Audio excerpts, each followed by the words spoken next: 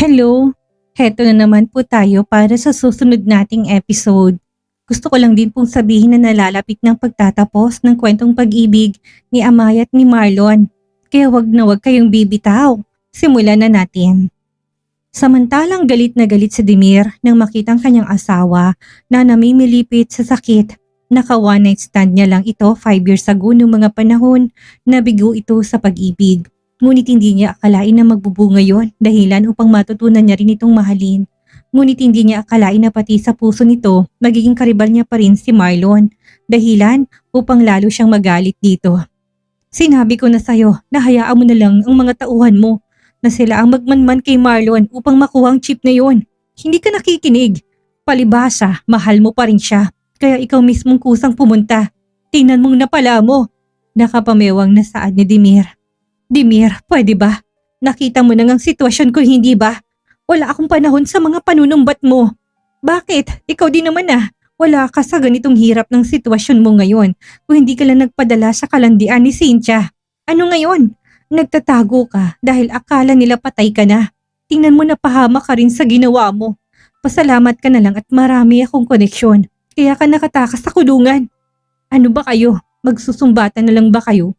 Imbis na mag-isip kayo ng mabuting plano para mapatumba si Marlon. Galit na saad sa kanila ni Mike Ashlon. Saka idinagdag, hindi ba't dahil sa mag-asawang yan ang dahilan natin kaya minabuti nating magstay dito sa North City? Saad ni Mike, upang makaganti tayo sa kanya. Ganito na lang gawin natin. Nabalitaan ko nun mula kay Bloodclaw na nagbabalak magpakasal si Marlon at Amaya kapag natapos ng problema nila. Hayaan na lang natin na dumating ang araw na ikakasal sila. Dahil yun din ang pinakamagandang araw para sa atin upang makaganti tayo kay Marlon. Ano kayang mararamdaman niya habang naghihintay siya ng kanyang bride-to-be sa simbahan ngunit hindi na pala darating dahil nabihag na natin. Mukhang maganda ngang naisip niyo, Dad, sabi ni Demir habang nakangisi. Utak lang ang labanan natin dito, Demir. Hindi yung puro tayo gamit ng dahas. Matagal na kami magkakompetensya ni Marlon sa negosyo at masasabi kong napakatalino ng batang yon. Dahil kinaya niyang palaguin ang sariling negosyo, gamit lang ang utak niya at hindi ko na namalayan sa isang iglap, mas makapangyarihan pa siya kaysa sa atin. Kaya ngayon, ito rin ang gagamitin natin upang tuluyan siyang masira. Paano si Sheila? Tanong ni Maui. Yan ang magandang tanong dahil si Sheila na munang gagawin nating pain upang hindi magduda si Marlon. Ipapalabas natin na wala tayong kinalaman sa mga nangyari sa kanila at sa pagkawala ng chip noon.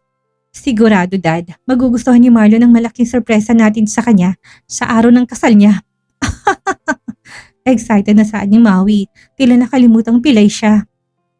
Samantala, kasalukuyang nag-uusap si Tashing at Sheila sa veranda ng mansyon nito nang biglang nagring ang telepono. Inubos mo ng inumin ni Sheila ang Chinese tea at nilapag yon sa maliit na mesa bago tumayo at sinagot ang tawag. Hello, Lady S. Makinig kang mabuti. Bungad dito, nang sagutin niya ang tawag, nagtataka siya kung ano na naman ang plano nitong gawin. Bakit naisipan nito na tawagan siya? Bakit Phaeton Queen? Tipid niyang tanong. Nagbago ng isip ko. Gusto kong patunayan mo sa akin ang sinabi mo nung isang araw na makakaya mong kunin ng chip mula sa kamay ni Marlon. Ngayon mo napatunayan sa akin ang kakayahan mo upang maging ganap ka ng miyembro ng Blue Phaeton. Alamin mo rin kung kailan ang kasal nila. Nabalitaan kong pagpaplano ni Marlon na engrandeng kasal para kay Amaya. Paano mo nalaman ang pagpaplano niya ng kasal? Tanong ni Sheila. Lady S, marami akong mga mata sa paligid at kahit na Wales ito, marami akong source dito. Nalaman ko lihim na naghahanap si Marlon ng sikat na wedding planner. Ngunit hindi niya pinaalam ito kay Amaya dahil gusto niya itong isurprise. Ha? Talagang baliw na baliw ang lalaki niya sa asawa niya. Pero hindi ako papayag na magiging masaya sila. Walang karapatan ng sinumang babae na maging asawa ni Marlon hanggat nabubuhay ako. Pero ano bang gusto mong mangyari? Tanong ni Sheila. Wala akong pakialam kung ano man ang paraan na gawin mo para makuha ang chip na yun. Ang mahalaga lang sa akin ay patunayan mo karapat dapat ka. Paano kung nahuli ako dahil isa rin ako sa pinaghahanap ngayon ng mga tauhan ni Marlon? Hindi ko na problema yun kung magpapahuli ka. Pero kapag nahuli ka, wag na wag mo akong ilalaglag. Remember lahat ng mga tauhan niyo pati na rin ikaw sa Dragon Knights ay merong implanted chips sa iyong ulo. Alam mo nang mangyayari kapag nilaglag mo ko. Alam ni Sheila na kapag umamin siya tungkol kay Phaeton Queen, maaaring puputok na rin ang ulo niya.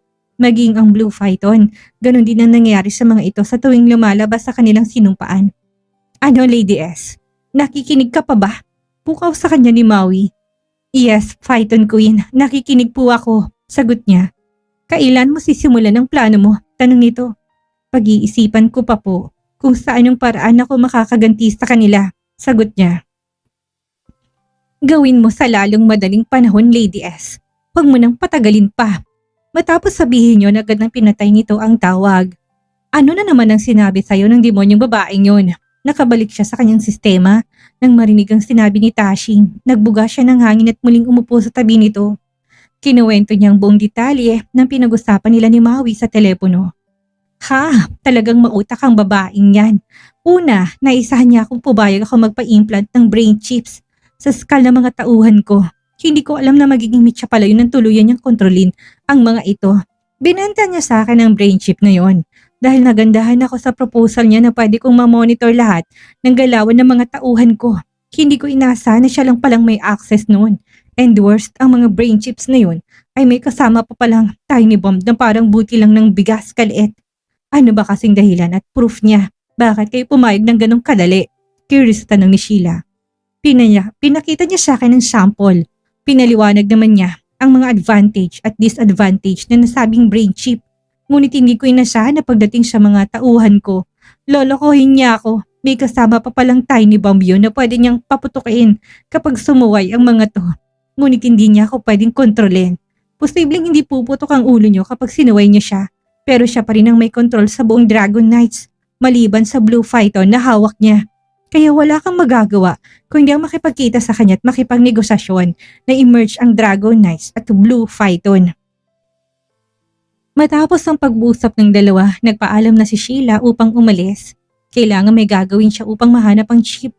Magpapanggap lang ang tanging paraan upang makapasok siya sa loob ng palasyo at alamin kung saan nakatagong chips niyon. Mas okay nitong sitwasyon niya ngayon. Kailangan niya sumunod kay Maui. Dahil wala na siyang choice. Naranasan niya ng muntik ng ilibing ng buhay, katulad ng mommy at ng kapatid niyang si Gabriel. Mabuti na lang kasabwat ng si Maui si Bloodclaw, kaya nagawa siya nitong itakas at traidorin ng boss nitong si Hollow Flash.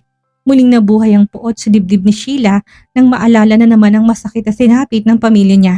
Siya lang ang tanging nabuhay at gagamitin niyang pagkakataon nito upang makapaghiganti kay Marlon at Amaya. Kakarating lang ni na Marlon sa palasyo nang biglang nag-text si Soliel.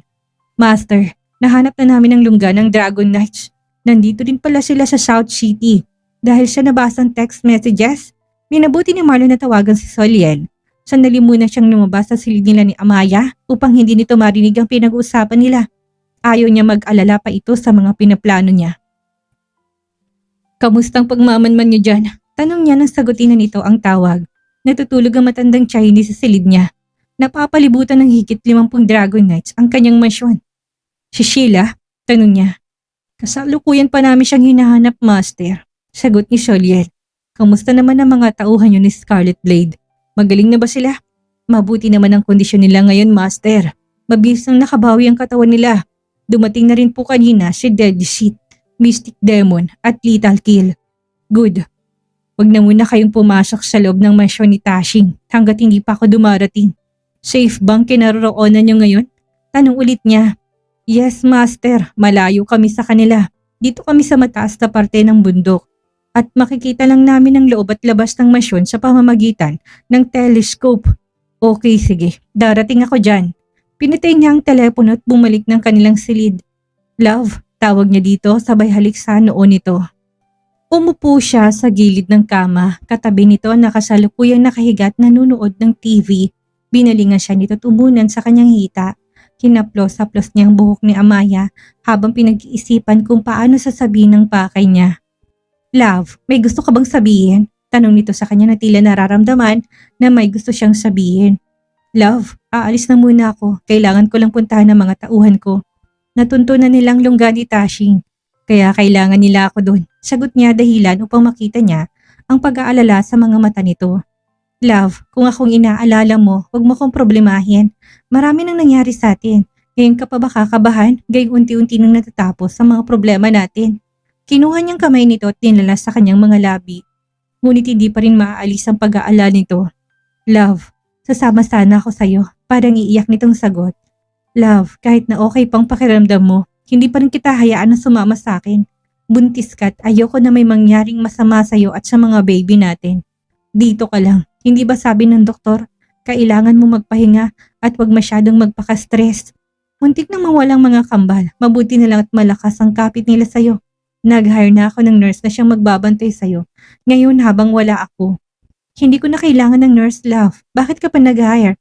Wala naman ako sakit eh. Reklamo niya sa kagustuhan nito.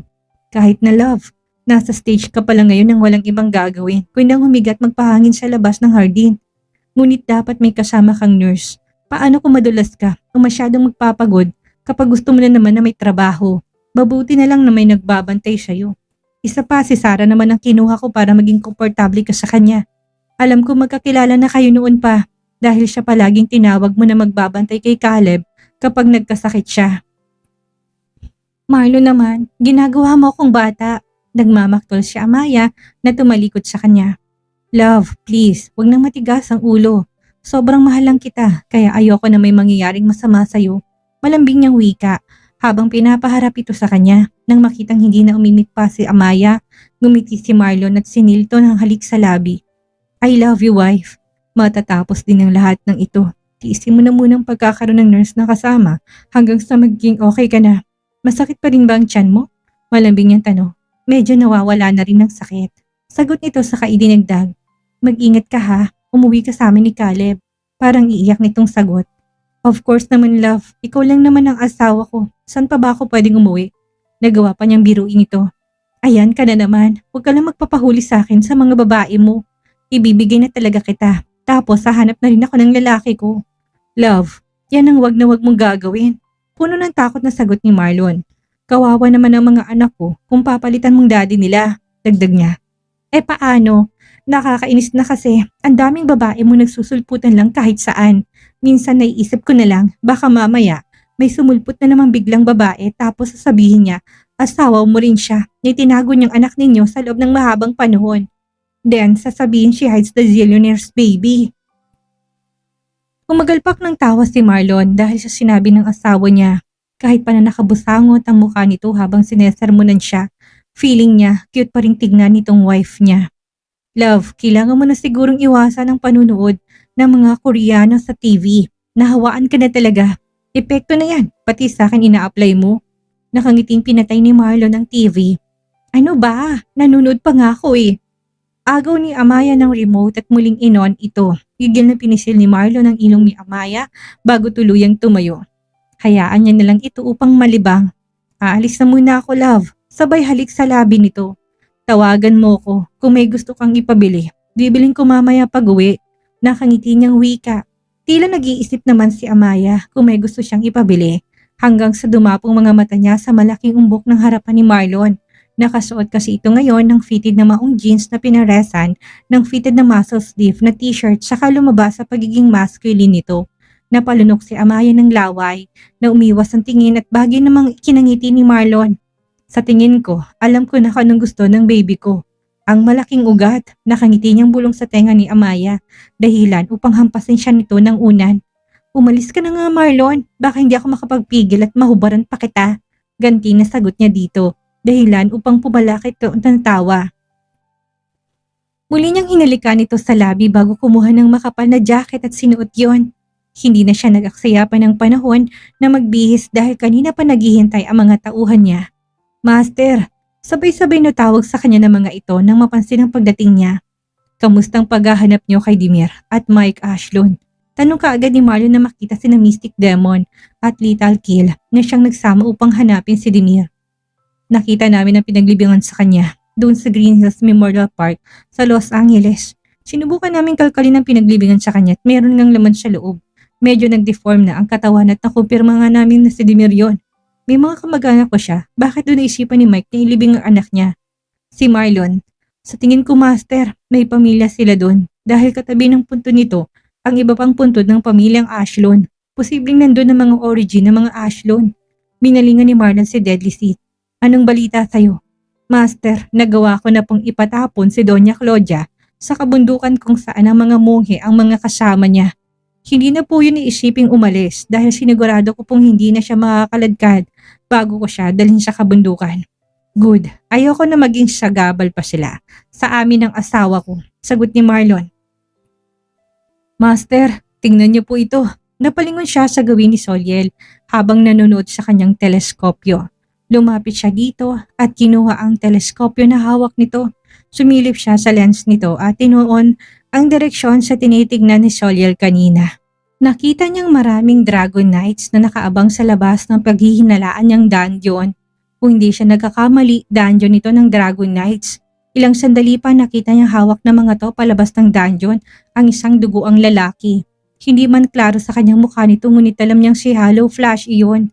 Pinaluhod nila ito sa harapan ni Dashing na halatang kakagising lang. Soliel, sana mga tauhan natin. Tanong niya habang hindi inaalis sa mga mata sa lens ng telescope. Lahat sila nakapalibot na sa buong lugar, Master. Napalibutan na rin nilang labas ng mansyon ni Dashing. Naghihintay lang sila ng next order mo, sagot agad ni Soliel. Okay, let's move. Dinala niyang telescope at mabilis silang bumaba ng bundok. Hindi naman ganun kataas ang bundok na inakyat nila kaya mabilis lang silang nakababa. Men, position, hold your fire. Kailangan muna nating iligtas si Hollow Flash. Agad niyang utos sa mga tauhan niya na kasalukuyang nakadapa ngayon sa paligid at nagkukubli sa mga makakapal na damuhan. Samantalang si Sheila, kanina pa nagmamasid sa labas ng palasyo, hindi niya alam kung paano niya papasukin ang loob na hindi pinagdududahan ng mga kawal ng hari. Kasalukuyan siyang nasa loob ng kanyang sasakyan nang makita niyang paparating ang sasakyan. Pumarada to sa tabi ng sasakyan niya. Ilang sandali pa nakita niyang nurse na bumaba ng sasakyan dala ang gamit nito. Hinintay muna niyang umalis ang sasakyang sinakyan nito bago lumabas ng kanyang kotse. Nurse, wait! Tawag niya dahilan para matigil to sa paglalakad at binalingan siya. Are you in a hurry? I feel bad. Do you have medicine for stomachache? Tanong niya upang lumapit to sa kanya. I have it here, just a moment. Naghanap na muna to ng lugar na pwedeng pagpatungan ng mga dalang gamit. Who will you visit inside the palace? Tanong ni Sheila. I'm going to see Princess Amaya. Sagot rin nito sa kanya. Here, put it inside the car first. Sabay bukas ng pintuan ng kotse niya upang mailagay nitong dalang gamit. Nang makita niya nakatalikod to sa kanya habang nilalagay mga gamit sa front seat ng kanyang sasakyan. Mabilis nang kinuha ang syringe na tinago niya kanina pa sa likuran niya. Sa isang iglap, nawala ng malay ang nurse. Nabilis na itong hinatak at pinakubli sa malaking pine tree. Kinuha niyang suot nitong puti at mahabang damit at sinuot din yon sa kanyang katawan. Matapos niyang magbihis, tinignan niyang mukha sa harapan ng salamin. Sumilay ang demonyong ngiti sa labi niya. Nagsuot siya ng makapal na puting mask at binagyan ng pinakapalang kilay niya para hindi siya gaanong makilala.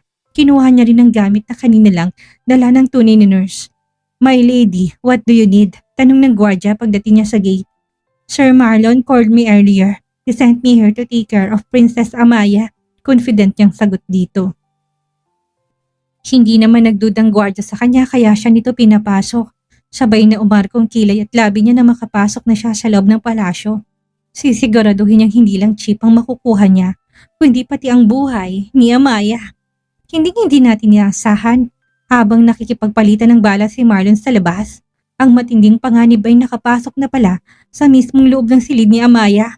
Pero tandaan natin, kahit gaano katindi ang pagbabalat kayo ng kaaway, ang masamang hangarin ay hindi kailanman magtatagumpay sa huli. Sa kabila ng mga patibong at pagtatraidor, ang katotohanan at ang pagmamahal sa pamilya, ang mananatiling pinakamalakas na sandata. Mairaos kaya ni Amaya at ng kanyang mga kambal ang matinding banta na ito ngayon si Sheila nang nasa harap niya. Yan ang ating aabangan sa susunod nating kabanata.